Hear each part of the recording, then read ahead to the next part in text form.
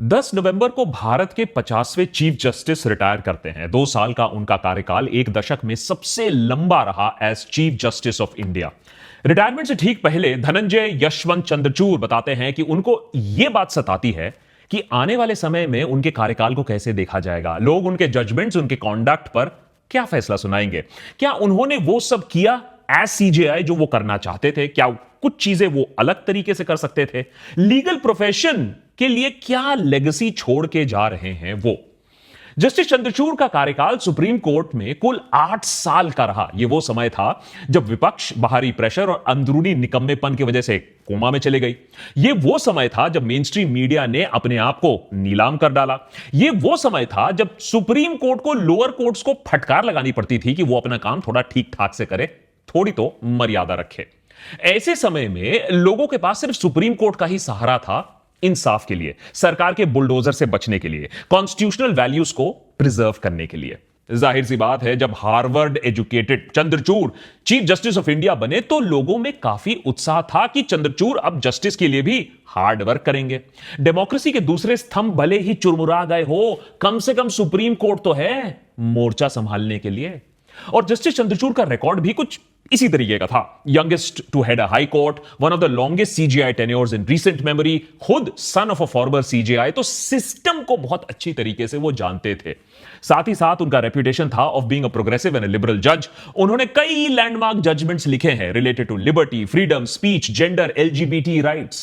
कुल मिलाकर जस्टिस चंद्रचूड़ ने करीबन 100 जजमेंट्स लिखे हैं, पिछले 4 चीफ जस्टिस से भी ज्यादा। लेकिन फिर भी उनके कार्यकाल के समाप्ति के कुछ ही दिनों के अंदर उनकी लेगेसी की धज्जियां उड़ रही हैं। इंडिया के रॉकस्टार सीजीआई के जजमेंट्स और उनके पीआर हंग्री कॉन्डक्ट पर तीखी टिप्पणी की जा रही है। सुप्रीम कोर्ट लॉयर चंद्र उदय सिंह का कहना है कि चीफ जस्टिस चंद्रचूड़ का जो जजमेंट्स थे वो कमाल के तो थे, आने वाले टाइम पे ये प्रेसिडेंट्स की तरह इस्तेमाल किए जाएंगे, नो डाउट अबाउट दैट। लेकिन जब सरकार खुद किसी मैटर में इन्वॉल्व होती थी, वहां चीफ जस्टिस फेल कर जाते थे। सरकार को कटघरे में ना ही वो लाते थे और ना ही सरकार को अकाउंटेबल ठहराते थे। इस संदर्भ में प्रताप भानु मेहता ने जस्टिस चंद्रचूड़ को आड़े हाथ लिया अपने एक लेख में और कहा कि अगर नरेंद्र मोदी चाहते भी तो भी इससे अच्छा चीफ जस्टिस ऑफ इंडिया नहीं ढूंढ पाते, क्योंकि चंद्रचूड़ ने प्रधानमंत्री मोदी का ही फॉर्मूला अपनाया। प्रधानमंत्री पर आप अथॉरिटेरियनिज्म या कम्युनलिज्म का टैग आसानी से चिपका नहीं सकते हो, क्योंकि उनकी जो भी मंशा हो, एजेंडा जो भी हो, सारा काम डेमोक्रेटिक तरीके से किया जाता है, लीगल जरिए से किया जाता है।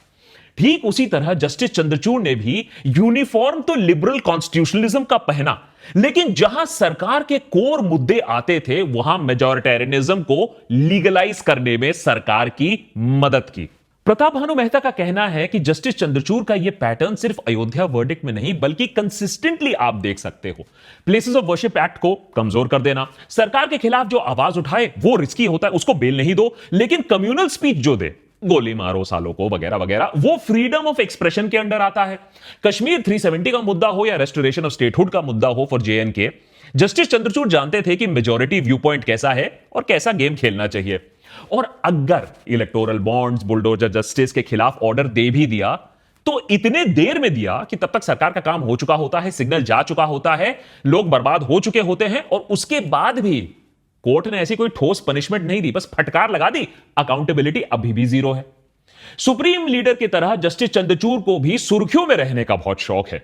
उनके कई इनिशिएटिव्स काबिले तारीफ हैं, इसमें डिबेट नहीं है। स्मूदर सुप्रीम कोर्ट एडमिनिस्ट्रेशन ले लीजिए, इंकरेजिंग मोर विमेन पार्टिसिपेशन ले लीजिए, डिजिटाइजेशन ले लीजिए, live streaming of court proceedings ले लीजिए, पेपरलेस हियरिंग की बात कर लीजिए, अच्छी बात है, वेरी गुड। लेकिन उसी टाइम पर उन पर कई सीरियस सवाल उठे हैं, सीरियस मुद्दों पर। जुडिशियल इंडिपेंडेंस को अंडरमाइन करने का सवाल है, फेडरल स्ट्रक्चर को कॉम्प्रोमाइज करने का सवाल है, मास्टर ऑफ रोस्टर को मिसयूज करने का सवाल है, और खुद के लिए पब्लिसिटी ढूंढने का इल्जाम है। अपने फेयरवेल स्पीच में जस्टिस चंद्रचूड़ ने कहा कि वो देश के सबसे ज्यादा ट्रोल्ड जज हैं, लेकिन उनके कंधे इस क्रिटिसिज्म, इस आलोचना का भार संभालने में सक्षम है। टाइम्स ऑफ इंडिया में छपे एक इंटरव्यू में उन्होंने कहा कि जो सिस्टम उन्हें मिला था उसे वो 2 साल बाद एक बेहतर हालत में छोड़कर जा रहे हैं। क्या ऐसा सच में है, या चमकीले रैपिंग पेपर के अंदर वही कहानी पुरानी वाली आपको मिलेगी? आइए पता लगाते हैं। नेता टाइप आधा काम मत करो, सब्सक्राइब के साथ साथ बेल आइकॉन भी दबाओ। मुंबई और दिल्ली में स्कूलिंग, सेंट स्टीफेंस कॉलेज में इकोनॉमिक्स और मैथमेटिक्स में degree, DU faculty of law से बैचलर ऑफ लॉ। जब Chandrachud Delhi university law faculty के स्टूडेंट थे, उनके पिता यशवंत विष्णु चंद्रचूड़ तब चीफ जस्टिस ऑफ इंडिया बने। अब इसको इंस्पिरेशन बुलाइए या नेपोटिज्म, डीवाई चंद्रचूड़ ने तय किया कि वो भी अपने पिताश्री की तरह लीगल फील्ड में ही काम करेंगे। 1986 में हार्वर्ड लॉ स्कूल से डॉक्टर ऑफ ज्यूरिडिकल साइंसेस की डिग्री हासिल की और फिर इंडिया में लौटकर कुछ साल अपने father in law senior advocate Y S Chitale के साथ काम किया। फिर 1990 में बॉम्बे हाई कोर्ट में वकालत शुरू की। चंद्रचूड़ बॉम्बे बार एंड बेंच के ब्लू आइड बॉय थे, कॉन्स्टिट्यूशनल एक्सपर्ट थे, सुबह 4 बजे सुबह उठकर काम शुरू करते थे और उसी के साथ साथ अपने पिताश्री का आशीर्वाद था, कॉन्टैक्ट्स था, इन्फ्लुएंस था। जून 1998 चंद्रचूड़ जूनियर सीनियर एडवोकेट बन गए और वाजपेयी सरकार उन्हें वेस्टर्न रीजन का एडिशनल सॉलिसिटर जनरल अपॉइंट करती है। मार्च 2000 में चंद्रचूड़ देश के one of the youngest high court जजेस बन जाते हैं। 2013 में इलाहाबाद हाई कोर्ट के चीफ जस्टिस और मई 2016 में सुप्रीम कोर्ट में जज बन जाते हैं जस्टिस चंद्रचूड़। जज के तौर पर चंद्रचूड़ को 3 चीजों के वजह से जाना जाता है: उनका लिबरल वर्ल्ड व्यू, उनका सॉफ्ट स्पोकन अप्रोचेबल रवैया और उनका लीगल इंटेलेक्ट। सुप्रीम कोर्ट जज के नाते उन्होंने कई ऐसी जजमेंट्स दी हैं जिसके लिए लिबरल सिविल सोसाइटी उनको भरपूर उनकी तारीफ करती है। ऐसे जजमेंट से उम्मीद बनी कि डीवाई चंद्रचूड़ जैसे जज जब चीफ जस्टिस बनेंगे तो एक पावरफुल सरकार के सामने भी सिविल लिबर्टीज की वो रक्षा करेंगे, क्योंकि इंडिया में एक प्रथा रही है कि जब भी एक पावरफुल प्रधानमंत्री होता है, फुल मेजॉरिटी वाला प्रधानमंत्री होता है, तो अक्सर हमारे अधिकारों का उल्लंघन होता है, डिसेंट को दबाया जाता है। इंदिरा गांधी के टाइम पर भी यह सच था, नरेंद्र मोदी के समय भी यह सच है। भीमा कोरेगांव और दिल्ली राइट्स जैसे केसेस में यूएपीए का मिसयूज, ईडी सीबीआई का गोदीकरण ले लीजिए, इलेक्टोरल बॉन्ड्स, बुलडोजर राज ले लीजिए, जम्मू एंड कश्मीर को स्टेट से यूनियन टेरिटरी बना देना बिना स्टेट सरकार से पूछे अनुमति लिए, दिल्ली और महाराष्ट्र में एक पॉलिटिकल और कॉन्स्टिट्यूशनल क्राइसिस बनवा देना, यह सारा काम इसी सरकार के दौरान हुआ है। तो क्या जस्टिस चंद्रचूड़ एक डोमिनेटिंग गवर्नमेंट के सामने जुडिशियल इंडिपेंडेंस को बरकरार रख पाए? क्या सुप्रीम कोर्ट एक अनबायस्ड और कॉन्स्टिट्यूशनल तरीके से चल पाया? क्या जटिल कॉन्स्टिट्यूशनल मुद्दों का कोई हल निकला? और क्या जुडिशरी में ट्रांसपेरेंसी और एफिशिएंसी में रिफॉर्म्स आ पाए? अगर आप लेगेसी की बात कर रहे हो जो जस्टिस चंद्रचूड़ अपने फेवर में चाहते हैं, तो ये सारे चीजों को देखना पड़ेगा, इन सवालों के जवाब हमें ढूंढने पड़ेंगे। चीफ जस्टिस ऑफ इंडिया के रोल में चंद्रचूड़ की एंट्री तो एकदम हीरो वाली होती है, नो डिबेट। ऑफिस संभालते ही 25 नवंबर 2022 को सेम सेक्स मैरिज का पिटीशन एक्सेप्ट करते हैं। उसी दिन आनंद तेलतुंबड़े के बेल को चैलेंज करते हुए एनआईए का जो अपील था उसको डिसमिस कर देते हैं।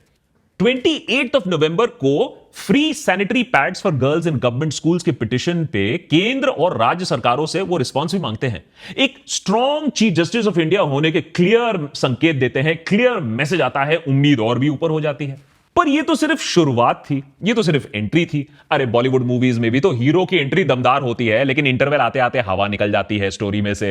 अब यहां भी हमारे मेन किरदार के साथ कुछ ऐसा ही होता है, एंट्री दमदार होती है लेकिन वो पलटने लगते हैं। और इस पलटने का जो पहला चैप्टर है एक अहम मुद्दे, एक स्ट्रक्चरल मुद्दे पर होती है, और वो है कलीजियम सिस्टम का। कलीजियम बेसिकली सीनियर मोस्ट जजेस का एक ग्रुप होता है जिनकी निगरानी में जुडिशियल अपॉइंटमेंट्स और ट्रांसफर्स होते हैं।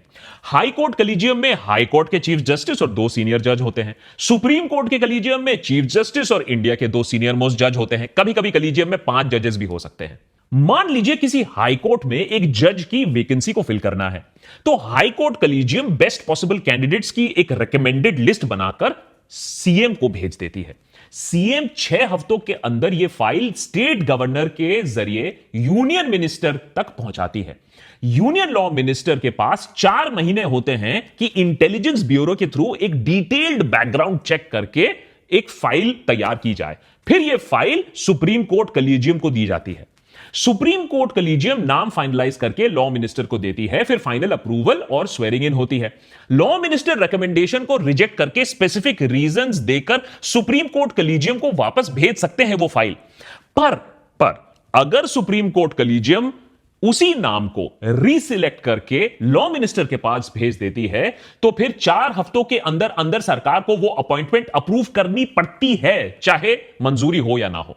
तो फाइनल से जो होता है वो कलीजियम के पास होता है, सरकार के पास नहीं होता है। जुडिशियल इंडिपेंडेंस का मेन फंडामेंटल राइट है ये। जस्टिस चंद्रचूड़ से यह उम्मीद थी कि वो इस जुडिशियल इंडिपेंडेंस को और मजबूत करेंगे, बरकरार रखेंगे। और चीफ जस्टिस ऑफ इंडिया बनते ही चीफ जस्टिस चंद्रचूड़ ने कलीजियम के इंडिपेंडेंस रिलेटेड एक पिटीशन को भी सुनना शुरू किया। पिटीशन थी कि केंद्र सरकार कलीजियम के रीसिलेक्शन के बाद भी अपॉइंटमेंट टाल रही है, जानबूझ के टाल रही है। जस्टिस संजय किशन कौल हियरिंग सुनते हैं। जस्टिस कौल ने मोदी सरकार पर तीखी टिप्पणी की कि उनको टाइमलाइंस का पालन करना चाहिए। सरकार को थर्ड पार्टी इंटरफेरेंस का शक हो रहा है और quote end quote selective appointments हो रहे हैं सरकार द्वारा। पहले भी कलीजियम और मोदी सरकार के बीच में तनाव रह चुका था और लग रहा था कि इस बार जस्टिस कौल एक डिसाइसिव जजमेंट लेंगे और जुडिशियल इंडिपेंडेंस फिर से हमारे देश में बरकरार हो जाएगी। 5 दिसंबर 2022 को यह केस लिस्टेड था, पर अचानक से यह केस लिस्टिंग से गायब हो जाती है। जस्टिस कौल खुद ही चौंक जाते हैं और कहते हैं उन्होंने इस मुद्दे को डिलीट नहीं किया है। चीफ जस्टिस चंद्रचूड़ को इस मामले में ज्यादा खबर होगी और कहा कि some things are better left unsaid.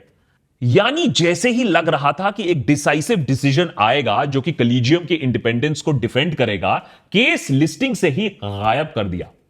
ऐसा क्यों हुआ? जर्नलिस्ट सौरभ दास ने कैरावैन में चंद्रचूड़ की लेगेसी पर एक शानदार पीस लिखा है। जब सौरभ दास ने इस मामले को लेकर एक रिटायर्ड सुप्रीम कोर्ट जस्टिस से बात की, सवाल किया, तो जज साहब ने बताया कि उस दौरान चीफ जस्टिस ऑफ इंडिया केंद्र सरकार के अंडर इमेंस प्रेशर आ रहे थे और चंद्रचूड़ इसका सामना नहीं कर पाए, उस प्रेशर को रेजिस्ट नहीं कर पाए। इल्जाम लगाया गया है कि chief justice of India Chandrachud appointments के लिए सरकार से प्री अप्रूवल ले रहे थे। यह एक बहुत गंभीर आरोप है कि चीफ जस्टिस ऑफ इंडिया ने सरकार के दबाव में आकर कलीजियम की इंडिपेंडेंस को अंडरमाइन किया। सरकार के पसंदीदा कैंडिडेट्स को अपॉइंट किया गया। अगर ऐसा सिस्टम सही में बन रहा है तो जुडिशरी में सिर्फ प्रो गवर्नमेंट जजेस, जो जजेस सरकार चाहती है, वही अपॉइंट किए जाएंगे। कॉन्स्टिट्यूशन और जुडिशियल इंडिपेंडेंस को फिर आप टाटा बाय बाय कह सकते हैं। क्या वो चीफ जस्टिस ऑफ इंडिया वो अपनी स्पीचेस में वो जो भर भर कर जुडिशियल इंडिपेंडेंस की बात करते हैं, क्या सच में उन्होंने वो इंडिपेंडेंस इंप्लीमेंट करने के लिए काम किया? कलीजियम के हेड के तौर पर chief justice of India Chandrachud की मंशा क्या थी, ये तो हमें नहीं पता, पर रिटायर्ड सुप्रीम कोर्ट जजेस और सीनियर एडवोकेट्स जिस सिलेक्टिव अपॉइंटमेंट और प्री अप्रूवल की बात करते हैं, उसके एग्जाम्पल्स आपको कई मिल जाएंगे। चंद्रचूड़ का रिटोरिक जुडिशियल इंडिपेंडेंस का रहा है, मगर कलीजियम के अगर आप एक्शंस देखें तो एक खतरनाक प्रेसिडेंट सेट हो रहा है जिससे इंडिपेंडेंट जजेस धीरे धीरे गायब ही हो जाएंगे और यह उनकी लेगेसी का एक हिस्सा अनफॉर्चुनेटली है for justice Chandrachud. Chief justice of India के पास किसी केस की सुनवाई के लिए जजेस सिलेक्ट करने का भी पावर होता है। इसके चलते चीफ जस्टिस ऑफ इंडिया को मास्टर ऑफ रोस्टर भी बुलाया जाता है। सुप्रीम कोर्ट के रूल्स के मुताबिक सीनियरिटी और प्रीवियस सिमिलर केसेस के आधार पर ये केसेस डिस्ट्रीब्यूट होते हैं अलग अलग सुप्रीम कोर्ट जस्टिसेस के बिटवीन। उम्मीद यह थी कि डीवाई चंद्रचूड़ चीफ जस्टिस के रोल में मास्टर ऑफ रोस्टर का किरदार एक बैलेंस्ड और फेयर तरीके से निभाएंगे, मगर यह उम्मीद ही रह गई। जस्टिस बेला त्रिवेदी पर ध्यान दीजिए। 2002 में गुजरात एंटी मुस्लिम राइट्स के टाइम पर बेला त्रिवेदी चीफ मिनिस्टर मोदी के अंडर लॉ सेक्रेटरी के रोल में थी। आज जस्टिस त्रिवेदी सुप्रीम कोर्ट की जज हैं और अपने स्ट्रिक्ट रवैये के वजह से काफी मशहूर हैं। बेल देने में इतनी स्ट्रिक्ट है कि सुप्रीम कोर्ट एडवोकेट्स सौरभ दास को बताते हैं कि लॉयर सर्किट में एक मजाक चलता है कि अगर एक ऑपोजिशन लीडर जेल में मर गया तो जस्टिस त्रिवेदी उनके लाश को भी बेल ना देंगी। एक रिटायर्ड सुप्रीम कोर्ट जज ने कहा कि उन्हें कई जजेस के साथ उन्होंने काम किया है, लेकिन आज के डेट में उनके तरह कोई प्रो गवर्नमेंट और अल्ट्रा कंजर्वेटिव जस्टिस नहीं देखा है। और इसी जस्टिस त्रिवेदी को बार बार पॉलिटिकली सेंसिटिव केसेस मिलते आए हैं और वो प्रो गवर्नमेंट जजमेंट्स भी देती आई हैं। कई एग्जांपल्स हैं। उमर खालिद की बेल प्ली ले लो, भीमा कोरेगांव अक्यूज्ड महेश राउत का एनआईए केस ले लो, डीएमके लीडर सेंथिल बालाजी और कांग्रेस लीडर डीके शिवकुमार पर ईडी केस, ये सारे इंस्टेंसेस हैं। ताज्जुब की बात यह है कि ऐसे कुछ पॉलिटिकली सेंसिटिव केसेस को दूसरे सीनियर सुप्रीम कोर्ट जजेस से विड्रॉ करके जस्टिस त्रिवेदी को असाइन कर दिया जाता है।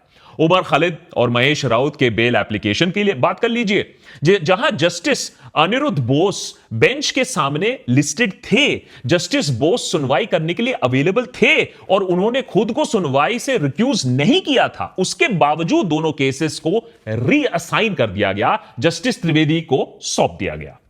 ऐसी फकीरी छाई कि आज तक कई पॉलिटिकल प्रिजनर्स को बेल नहीं मिली है, चाहे उनका केस भी ना शुरू हुआ हो सालों से। और पॉलिटिकली सेंसिटिव केसेस अपने आप में इंपॉर्टेंट तो होते ही हैं, मगर एक जुडिशरी के लिए ये टेस्ट भी होते हैं कि जुडिशरी इंडिपेंडेंट तरीके से काम कर रही है या नहीं। याद रखिए, justice should not only be done, it should be seen as being done. लेकिन वो सीन तो नहीं हुआ, दबाव के अंदर ही काम दिखता रहा। चीफ जस्टिस चंद्रचूड़ स्पीचेस में अक्सर bail is a rule, jail is an exception कहते हैं, पर एक्शंस में कुछ नजारा उल्टा होता है। उल्टा मास्टर और रोस्टर को लेकर एक प्रॉब्लमैटिक प्रेसिडेंट सेट हो गई है उनके कार्यकाल में कि पॉलिटिकली सेंसिटिव केसेस में बेल हियरिंग ऐसे जज को सौंप दो जो या तो सुनवाई ना करे या सुनवाई करे तो बेल देने का चांस ऑलमोस्ट जीरो हो जाए। यह लेगेसी बन रही है। चीफ जस्टिस चंद्रचूड़ ने अपने कार्यकाल के दौरान कई केसेस में खुद सुनवाई की। क्या कम से कम यहां वो अपने बड़े बड़े आदर्शों को इंप्लीमेंट कर पाए? वर्ड्स एंड एक्शन के बीच में फासला कम कर पाए? कुछ हद तक, लेकिन और भी कर सकते थे। Chief justice of India Chandrachud ने रॉयल्टी ऑन मिनरल्स और इंडस्ट्रियल अल्कोहल रेगुलेशन के केसेस सुने। दोनों ही फेडरलिज्म के बारे में केसेस थे। दोनों केसेस में जस्टिस चंद्रचूड़ ने मेजॉरिटी ओपिनियन यानी जो फाइनल जजमेंट था उसको ऑथर किया, उसको लिखा और फिस्कल फेडरलिज्म के प्रिंसिपल को फेडरलिज्म का अटूट हिस्सा बताया और स्टेट्स की टैक्सेशन पावर्स को डिफेंड किया। शानदार जजमेंट है। हमारा देश एक क्वासाई फेडरल नेशन है, उसको बरकरार रखने में मदद की। मगर यही फेडरलिज्म का फंडा जब जम्मू एंड कश्मीर और दिल्ली की बात आती है तो वो कॉन्सेप्ट कहीं बिखर जाता है उनके लिए। आर्टिकल 370 के केस में चीफ जस्टिस चंद्रचूड़ ने मेजॉरिटी ओपिनियन ऑथर किया और डिसाइड किया कि सेंटर के पास एक तरफा पावर है कि आर्टिकल 370 हटा सकती है। ऊपर से सेंटर को unilaterally Jammu and Kashmir state को डाउनग्रेड करके यूनियन टेरिटरी बनाने का भी पावर है, बिना असेंबली से पूछे, बिना लोगों से पूछे। कोर्ट में जब सवाल किया कि स्टेटहुड छीन लेना कॉन्स्टिट्यूशनल कैसे हो सकता है, तो चीफ जस्टिस चंद्रचूड़ ने कोई ढंग का जवाब नहीं दिया। यूनियन गवर्नमेंट के बस अश्योरेंस को एक्सेप्ट कर लिया कि एट सम पॉइंट, कभी फ्यूचर में हम स्टेटहुड रिस्टोर कर देंगे। अब मानो कि किसी की यहां चोरी हो गई है, चोर पकड़ा भी गया है, तो चोर से बोला जा रहा है, भाई देख, फोन चोरी किया है ना, वो कभी लौटा देना, समय मिले तो फोन लौटा देना। दिल्ली के केस में chief justice of India Chandrachud कहते हैं कि इलेक्टेड सरकार के पास पावर्स होनी चाहिए। अच्छी बात है, कॉमन सेंस की बात है। एलजी के पास पावर नहीं होनी चाहिए क्योंकि एलजी लोगों ने अपॉइंट नहीं किया, इलेक्ट नहीं किया है।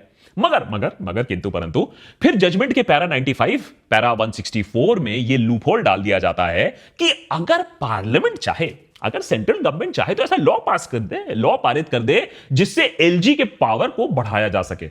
बीजेपी सरकार ने समझा कि इससे तो एडवांटेज है, तो जल्द ही उन्होंने ऐसा लॉ पारित कर दिया और इलेक्टेड सरकार के पर काट दिए गए।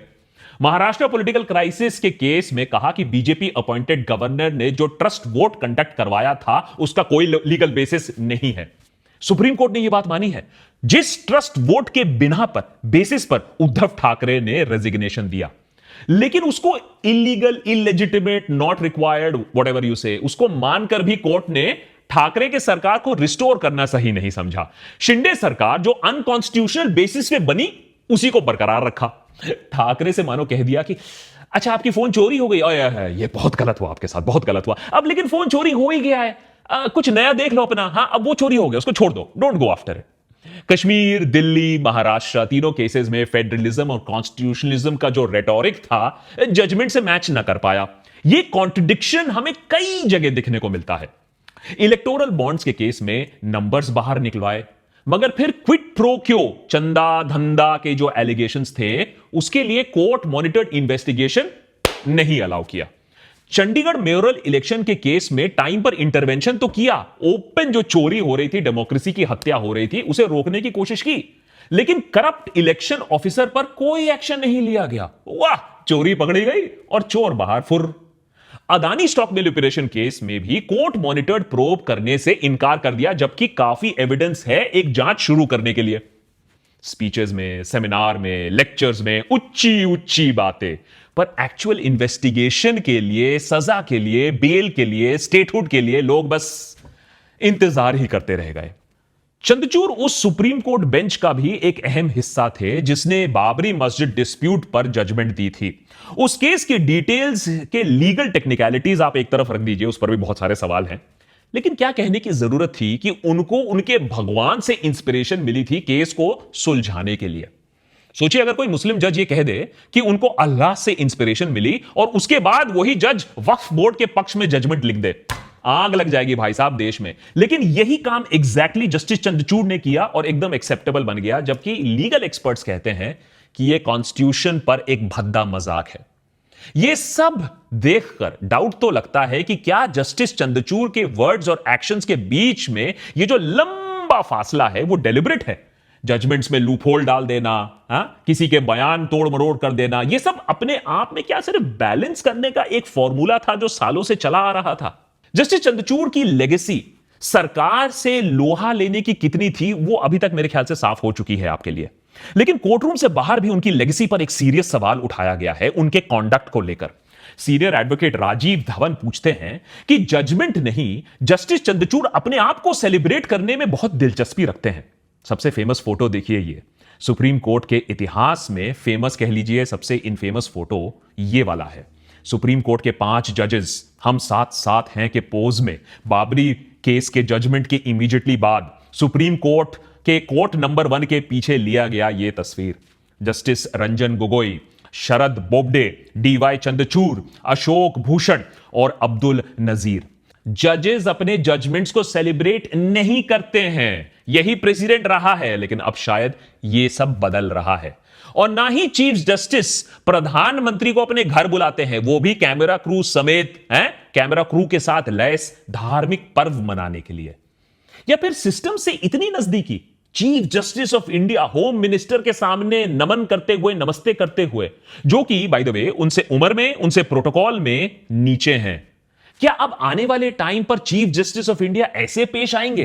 क्या यही लेगेसी छोड़ी है जस्टिस चंद्रचूड़ ने? एक सुप्रीम कोर्ट जो सरकार को चेक एंड बैलेंस ना करे, बल्कि सरकार के साथ उनके कहने पर चले। जस्टिस चंद्रचूड़ का कहना है कि उन्होंने सिस्टम को बेहतर हालत में छोड़ा है पिछले 2 सालों में, लेकिन जब जस्टिस चंद्रचूड़ सीजेआई बने तो सुप्रीम कोर्ट में 70,000 केसेस पेंडिंग थे, आज वो नंबर 83,000 है। हाई कोर्ट्स में 2 साल पहले 59 लाख पेंडिंग केसेस थे, आज 62 लाख केसेस पेंडेंसी है। किसी सीजेआई की लेगेसी तय करना कॉम्प्लिकेटेड मैटर है, यह हम भी समझते हैं। अलग अलग पर्सपेक्टिव लगते हैं, अलग अलग जवाब भी मिलेंगे। आप जजमेंट देखोगे, जुडिस्प्रूडेंस देखोगे, एडमिनिस्ट्रेटिव डिसीजन देखोगे, कलीजियम देखोगे, मास्टर रोस्टर देखोगे, हर पहलू से लेगेसी को परखा जा सकता है। कई बार किसी सीजेआई के जजमेंट्स और एडमिनिस्ट्रेटिव एक्शंस का इंपैक्ट सालों बाद पता चलता है, इमीडिएटली बताना मुश्किल होता है। लेकिन एक चीज क्लियर है कि सीजेआई चंद्रचूड़ की लेगेसी उनके रेटोरिक से ज्यादा एक्शंस पर परखी जाएगी।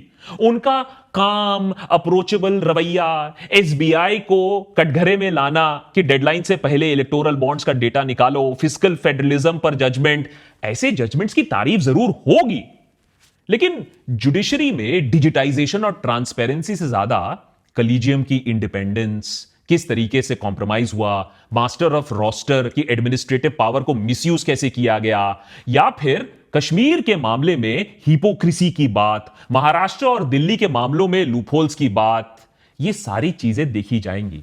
पूछा जाएगा कि उनके 2 साल के कार्यकाल के बाद भी उमर खालिद क्यों जेल पर पड़े रहे, जबकि सुप्रीम कोर्ट ने कहा था कि 2 मिनट लगेंगे केस सुनने में। लेकिन आज तक केस ना शुरू हुआ उमर खालिद के खिलाफ और ना उसे 4 साल में बेल मिली।